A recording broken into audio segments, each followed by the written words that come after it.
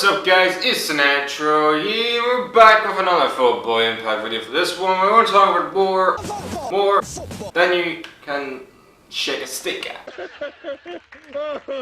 It's funny because it's true. And there's some cracking fixtures this week, like Chelsea vs Liverpool, the Madrid derby. We also had Napoli versus Juventus, and a couple of other big games as well, and some big talking points as well. But we're going to start off with Chelsea versus Liverpool, two teams that have been excellent so far this season. Chelsea, who are really playing nice football with a new manager, and he's getting his ideas across. Liverpool, apart from the only defeat this season, was against Chelsea in the League Cup thanks to Hazard's incredible solo world-class freaking strike. And that was pretty much the same in this game. Hazard scored a sublime, remarkable goal, and then pretty honest, Chelsea, the first half, were excellent. I thought they were phenomenal. Liverpool had chances. Mohamed Salah didn't have the best game. He missed two sitters in this game, to be honest. Especially the first one where Rudiger did well to block the shot. The midfield for me, I thought was the IQ battle in this game. We had N'Golo Kante, Jorginho, and Kovacic versus Liverpool's midfield, Henderson, Milner, and Wijnaldum. And to me, I thought they should have played Keita. We'll get on to Keita in a minute because he was a big part of Liverpool's getting back into the game. But he should have started. I was surprised that Henderson started, to be honest. I didn't think Henderson did well in this game. Maybe he's just coming back from the World Cup, so he might be a little bit not at full pace yet. So he may take some games to get into the feel of it. But I honestly was surprised. But the goal from Hazard was phenomenal. The touches, the movement. The one thing I love about football is link-up play.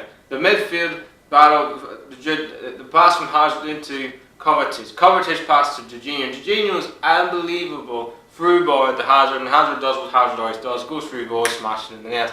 Alisson had no chance of saving. Then, like I said, the second half was 1-0 half time. The second half, it all totally changed when Chelsea took off Olivier Giroud. The substitutes changed the match for me from Liverpool and Chelsea. Chelsea made two changes, which they took Giroud off, Kovacic off, and brought on Morata, and I forget who the other players. Because for me, as much as Giroud doesn't score goals, he's a massive player because he holds the ball up and gets like William, Pedro, or Hazard on the counter. No Pedro didn't play this game, but they get on the counter. I look at Morata; he's just not had it. He's just so disinterested as a football player. I don't think he's a good player. I just think he's a squad player. That's why Real Madrid got rid of him. Juventus got rid of him because he's not that level. He's more like the best of a squad player. That's what he is to me. And the changes, like for Liverpool, they took off Henderson and Milner. They brought on Shaqiri. That's how they have Wiggy most. Shaqiri missed a big opportunity. They didn't brought him down to Sturridge. But the player that changed the game for Liverpool was Naby Keita. He was in the midfield and he bossed it. He was making some unbelievable runs. Link-up plays was great. He was involved in the equaliser. He made the run. He made the pass. What a fucking finish from Daniel Sturridge. He is right now as fit as I've ever seen him. Probably since the season he had this unbelievable season in Liverpool with him and Luis Suarez had an unbelievable partnership, and that year they were also fighting for the title. So if Liverpool get a fit Daniel Sturridge, no doubt about it, he for me, we'll get on to Shooty back in the new squad, but right now he is maybe even an outside chance of being a starter for this Liverpool team because he looks fitter than he's ever been, he looks better than he's ever been, and for me, if Liverpool can get the best out of Daniel Sturridge, they are definitely have a huge opportunity of winning this title this year. There's no question about it. They are the real deal because games like this last season, Liverpool would not have won. They got a massive equaliser and a phenomenal goal, which for me was the best goal of the weekend. They are real title contenders for Liverpool. Chelsea, for me, are the thing that's going to pain me to say this, but the reason why Chelsea are not going to win the league this year is because they sold Diego Costa. I don't know why they sold Diego Costa. First season, Diego Costa he won the league. Then when Antonio Conte, his first season, got the best out of Diego Costa, they also won the league. And then Antonio Conte thought it was a good idea to sell his ass to Atletico Madrid. We're going to let him do it later on in this video. But the fact of the matter is, it's just ridiculous. I don't understand why Chelsea sold him. I don't get it. I don't get it. I just don't get it. I think Chelsea are missing a world-class striker.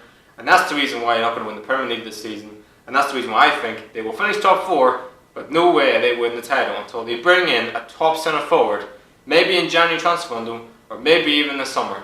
Sarri's right. This team is one season too early to win the league. Next season, yes, they are definitely title challengers next season. This season, I just think it's a bridge too far. You're goddamn right. Liverpool, great result, 1-1 draw, and they've now joined top with Man City, who also won this weekend with a good 2-0 win against Brighton. Oh my God, who the hell cares? Now, speaking of Atletico Madrid, they played the Madrid derby this week against Real Madrid, and pretty much the only two summed up this game was the two goalkeepers, Oblak and Courtois. For me, two of the best goalkeepers in world football.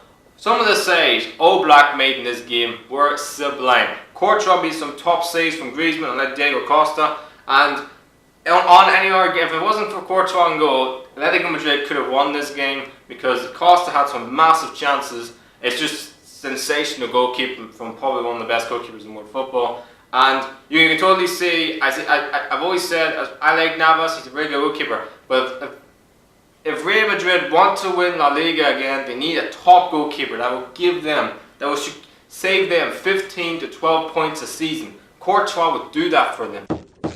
Hello? I love you. And this is the reason why Real Madrid have a huge chance to win the league this year, because Barcelona slipped up again this weekend against Atletico Bilbao, and then they lost to Leganés midweek. So right now this title race is anyone's. Atletico Madrid got that's a decent point, to be honest, at the Bernabeu. Even though for me, Atletico Madrid, you could say, just edged it and pretty much should have won the match. But it was an excellent spectacle from both goalkeepers, top at their game, top at their class, world class saves, you name it. And if people say, well, you want to see the best goals, you want to see the best team, you want to see expansive football. Well, to be honest, when you watch goalkeeping like that, you've nothing really to say. You just have to put your hands up and applaud it. Phenomenal. Both teams are definitely going to be title challengers this season. I don't know where this league's going, but my God, we've got one hell of a La Liga title race in La Liga this season. It's going to be cracking unbelievable. And speaking of title races, I think this one is pretty much well nailed, and pretty much everyone knows Juventus are going to win yet another Scudetto, because they've now won 8 in a row after comfortably beating Napoli this week. And Napoli took the lead in this game thanks to Dries Mertens, but to be honest, Carlo Ancelotti, I thought he got it wrong tactically in this game. I didn't know what they were doing. I still think that Napoli are still playing with the Sarri team. Yes, they have Milik, who I think is definitely, if you look at over the years of Carlo Ancelotti, he always likes a good old number 9 instead of like a flair number 9, which you could say Mertens is. But I still think they're trying to adjust to, are they still a Sarri team, or are they Carlo Ancelotti trying to change the team? I just don't know what they are at the minute, Napoli, but I do think they may have do well in the Champions League, and may not doing well in the league this year, because Carlo Ancelotti always has won. He's won 3 Champions League, 2 at AC Milan, and he's also won at Real Madrid. But I don't really know what Napoli are. Napoli, I think they're 3rd or 4th or something in the league now, so I don't really know. I know they lost, but Juventus, like I said, they came back into the game. Cristiano Ronaldo, he could have scored a goal, but Mandzukic pretty much scored both of them. They pretty much won the game. But I was really impressed with Juventus's sort of get back into the game. They 1-0 down. People think, oh, head's going to drop. No, they got back on it, and they look, for me, superior to every other team in Italy this year. But we'll really see what this Juventus team is in the Champions League. Can they win the Champions League for the first time since '96? Well, right now, there's no team in Italy that can stop them. There's only one team, I think, in Europe that can stop them, and that is Real Madrid, who I think are still the team to beat in Europe. But we'll wait to see on that, because Juventus right now, one of the favourites to win the Champions League. There's no question about it. For me, they're going to wait to flow the league. They're right now, for me, head and shoulders above everybody else in this division. And it's just another sort of, Juventus going to win their 8th straight Scudetto in the space of 8 years. And we're heading back to the Premier League, and we're talking about Man United. Oh, hell no! It just keeps on digging, doesn't it? Mourinho, what is going on with Manchester United? Well, they lost 3-1 to West Ham, and I said in my predict show earlier this week, and that if Marko Arnautovic started for West Ham, West Ham will win this game. And truth be told, Marko Arnautovic was absolutely not just starting this game, he was man of the match. Sensational. No, Mark Noble got man of the match, but for me, he was man of the match. Manchester United could not deal with his quality, his pace, his everything that he brings to West Ham. You can totally see what player Marko Arnautovic is when he's in the West Ham team. He makes this West Ham team better 10 times over. There's no question about it. He reminds me of a young Zlatan Ibrahimovic.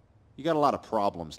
And that's some feat to get to him. But I'm really so much him. He doesn't care who he faces. He doesn't care what criticism he gets. He just goes and shows it on the pitch. And that's what Zlatan does, even though Zlatan does in the third person. But I was really impressed with Arnautovic. I was also impressed with Declan Rice. Again, he is one heck of a player. And I keep saying it, mate. Get it sorted. If you're going to play, you're going to stick for Ireland or you're going to stick for England. Just get it sorted, alright? But what a player he was in this game. But him and Mark Noble were really good in that midfield. But Arnautovic was sensational. Felipe Anderson scored his first goal in the game. Hint of offside, to be honest, with Paul Zaleta. But the marking for Manchester United, there's nothing in that game. It's just an absolute mess at Manchester United. And to be honest, I don't really know where Man United are going right now. I think Jose Mourinho is really on the brink for me. I don't see him being Manchester United manager when we hit 2019. I just don't see it. I just think it's all just going wrong at United. Pogba having words with Mourinho saying, please, we want to play attacking football. Then the whole media scrutiny this week from Pogba and Mourinho. And then Alexis Sanchez didn't even get a game, didn't even play. Marcus Rashford should have started this game. He scored one hell of a goal from a corner. But again, it's all negativity at Manchester United. And I think Jose Mourinho has 2 matches to save his career at Manchester United, his management career, or he will be sacked. If they lose to Valencia in the Champions League this week and to Newcastle United next weekend, I would be absolutely shocked if Jose Mourinho is still a manager of Manchester United when we get to after the international break.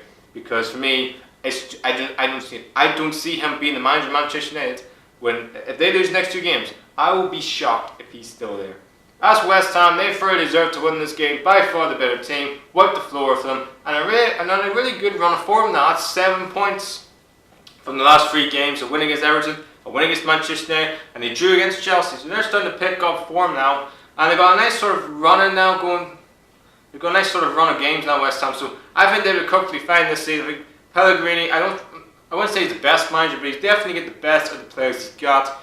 And it takes time for these players to gel because they've got a lot of players in the summer. So they're going to be fine this season. Top 10, I still think it's achievable for them this season. So I just think they had a horrific start because of players trying to gel as a team. Man United, a lot of worry. There's a lot of worry faces on Manchester United. Heading back to Italy, I want to talk about the round derby between Lazio and Roma. My God, this game was cracking, even though I tipped Lazio to win this weekend. And they lost 3-1. That's the last time I tipped Lazio to win a North. That's the last time I tipped Lazio to win a derby. I've never tipped them to win a derby again. That team sure did suck last night. They just plain sucked. I've seen teams suck before, but they were the suckiest bunch of sucks that ever sucked. Because Roma have won the majority of the last 5. And Lazio, who I know they weren't really great in this game, to be honest. Roma were excellent. I thought they scored the first goal. It was again as an hour back. What is it with back heel goals for Roma this season? Pastore scored 2 this season, and then Pellegrini scored 1. Like, what more does this back heel City pretty much Roma?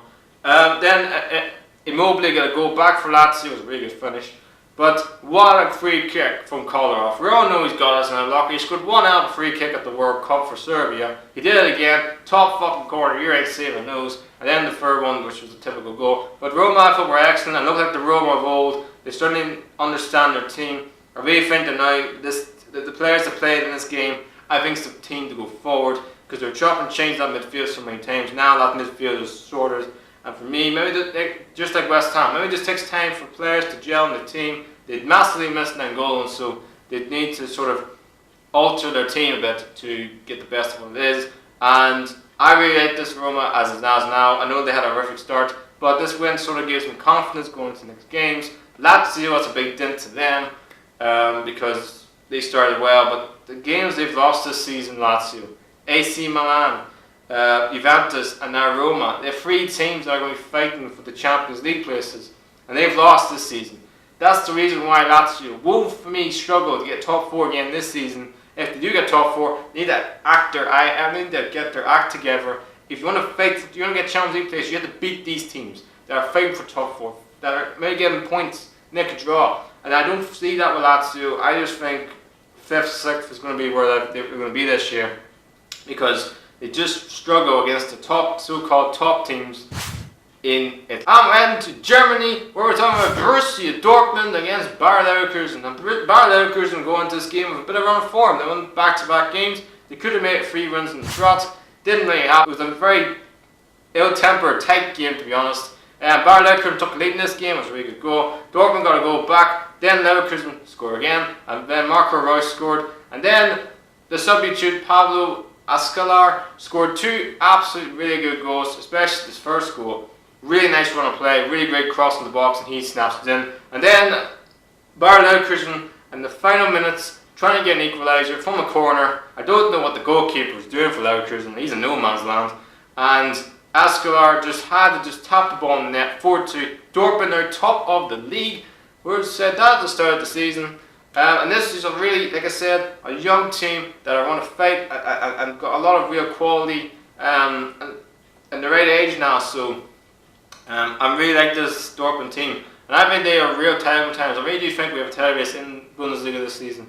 Because Bayern, new manager, players for me are 1 year older. I think Robin and Ribery for me are now at the end of their careers, to be honest. I was surprised that they actually were given 2-year contracts, those 2 players. But going back to Dortmund, the top of the league for the first time since last season. Even though last season they did fall like a snowball, really. But I do think they have a really good coach in Julian Farfan, and I really think they're real title contenders this season. I know it's a long way to go, but I do think Dortmund are definitely the best chance to win the league for some time. And speaking of Bayern Munich, they lost Hertha Berlin this weekend. Hertha Berlin, who were joint top of the league before Dortmund just pimped that to it. But they won 2-0 at Bayern Munich, and Bayern Munich were poor in this game. Very poor in this game. James Rodriguez was not out. I mean, he was so deep. He was like playing as a centre back in this game. There's no midfield runners. They couldn't link play up. There's no pace in this team. You can only see without Kingsley Coman, there's just nothing in this team. Robin and Ribery, for me, like I said, are 2 years older. I was shocked they were given contracts in the summer. So I think they should have been sold in the summer, to be honest. That's not that they're not bad players. I just think Bayern Munich, they didn't strengthen their team, and they now and you can see this team needed major strengthening. Yes, Lewandowski can score goals, but Lewandowski's going to have an off game. If all the best players in the world have an off game, Lewandowski didn't have a great game, but next game I score a hat-trick against Ajax in the Champions League. But I just think Bayern Munich were lessened on their loyals, and they have no chance for me to win the Champions League this year. I don't see it. I just think their squad is not strong enough for the top teams in Europe. And I really do think Bayern Munich right now are at a crossroads. They don't really know where they're going. Fighting for the title, it's irrelevant to them to win the league this year. So I think there's going to be a lot of players gone in the summer, next summer for Bayern Munich. I think they're going to need a major rehaul on that squad. As for Hertha, a really great win, a great start to the season for them. Only a point or 2 points off the top. They're having a sensational start, and they, for me, really have a chance to get in top 4 this year, because Leverkusen, RB Leipzig, and Schalke, I know Schalke won this weekend, first win of the season, but they've had horrific starts. So they already put a big gap between them and the rest. So they have a massive chance of getting top 4 this season. Hertha Berlin title just thinks too much for them. I think Dortmund and Bayern will be fighting for it this year. But I do think they're going to have a really good season, and they could definitely fight for the Champions League place. I'm heading back to La Liga, where we're talking about Elbar versus Sevilla. Sevilla, well, last season goals were a problem. This season, not so much. They are the top goal scorers in La Liga. They had the top goal scorer in La Liga, in Andre Silva, who also spanned a goal, who was man of the match for me against Real Madrid, which they won 3-0. And he was man of the match in this game. He scored a goal. He is on fire right now. He scored more goals in one game against Real Madrid than he did against for AC Milan the whole season. It just goes to show scoring goal. It's really hard to score goals in Serie A than it is in La Liga, because they better goalkeepers, better defenders. Unlike La Liga, not very much. But I really like Andre Silva. I said when AC Milan bought him, they got a really good player. I just think he didn't really suit the league, definitely suits La Liga, and definitely suits Sevilla style. And I think Sevilla have a really good season this season. I mean, they're only 1 point off they're ahead of Atletico Madrid. They're only 1 point off Real Madrid and Barcelona. Are they Sevilla? Are Sevilla title contenders this season? You serious? We'll wait to see it now, there's a long way to go, but they've had a cracking start to the season, their best start to the season since they finished third in La Liga. They're in a really good run of form, and if they can keep Andre Silva and Ben Yedda scoring goals, they've got really good players off the bench now, so they're definitely one team to watch in La Liga this season. Alright, into France, we're going to talk about Monaco's woeful start continues. Monaco, I don't really know what's going on with Monaco right now. I mean, I know they sold all their best players. They rely so much on Farcal. Tielemans, I don't know what's going on with that guy. We all thought it was going to be a player. Monaco signed a real player. He doesn't look, and he looks just shadow of the player Monaco were going to sign. And Asghar Chali, the former West Brom player, the former Tottenham player, he just can't get any football at the minute. I mean, he's getting on the pitch for 20 minutes and he's off the pitch for the next. There's no consistency of this Monaco team. Yes, they keep selling the best players. They sold Mbappe, they sold Bakayoko, they sold Bernardo Silva, Mendy, Subotic. Yes, they sold a lot of players, but Monaco should be fighting with Champions League again. Like but this would show. Keep selling best players, you're going to struggle, and I do think they're going to struggle this season. I don't see them getting top 3. If they do, it will be a remarkable season for them. But I just don't think they have the quality this season, and they massively miss their massive players that they sold 2 seasons ago and even last summer.